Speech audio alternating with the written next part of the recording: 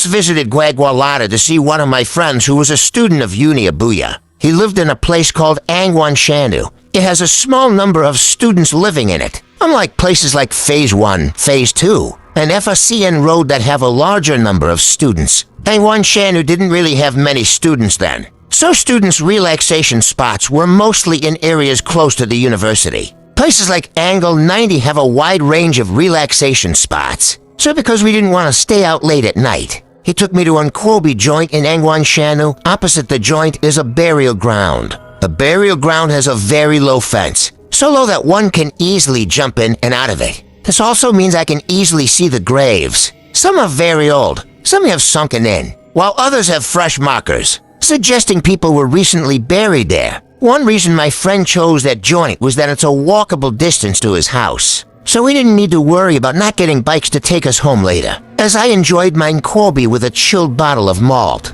I noticed the atmosphere around the burial ground changing. I was seated in a position where I could see the burial ground well. The area began to change as if it had a thick, dark cloud around it, but it was just past 7 p.m., and the weather wasn't that dark. Again, I noticed the dark atmosphere was only around the burial ground. Every other place looked normal. I pointed out the change to my friend, but he just shrugged it off, saying I was letting my imagination run wild. We've been in Gwagwalada for a long time, so this burial ground isn't new to us. It's just a place where they bury the dead. There's nothing else there. But if you're feeling uneasy, we can move to a different seat that's not facing the burial ground. I told him not to worry, and we stayed seated, enjoying our food. The joint got crowded, and the place became noisy. My friend stood up to greet friends seated at the far end of the joint, so I turned my attention back to the burial ground. This time, I couldn't believe what I was seeing. There were ghosts sitting on the low fence of the burial ground. Some chatting while others were quietly seated, just looking. Some sat on their gravestones,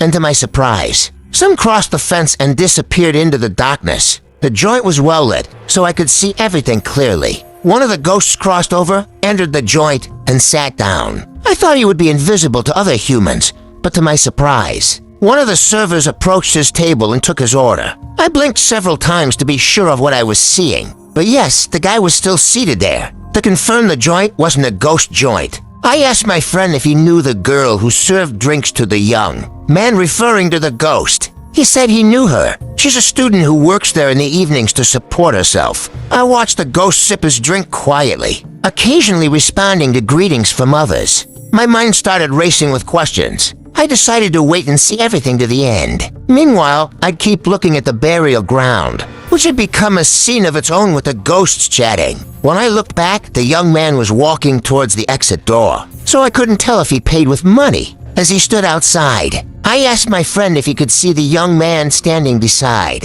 a Peugeot 406 car, and he nodded. The young man began to float across the road. I looked at his legs, but he wasn't walking. He was floating. I pointed out the floating figure to my friend, but he said he couldn't see anything, suggesting maybe the man had boarded a bike or gone in a different direction. That was when I knew my eyes had seen enough. The young man floated back into the company of the other ghosts, and I told my friend it was time for me to go. Now that's why when I hear people say they're dead, people live far away where no one can recognize them. I do not doubt it because I have seen things unfold. My name is Speed, and I have the rare ability to see, feel, and communicate with strange beings without harm.